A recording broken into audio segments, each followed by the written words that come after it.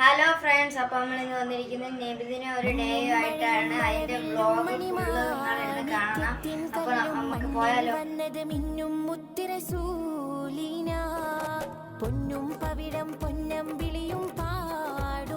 അപ്പോൾ ഇത് ലാസ്റ്റ് പ്രോഗ്രാമാണ്. ഇത് കഴിഞ്ഞിട്ട് എൻ്റെ ഇക്കയുടെ വീട്ടിൽ പോവുകയാണ്. അപ്പോൾ അവിടെ എത്തിയിട്ടുണ്ട്.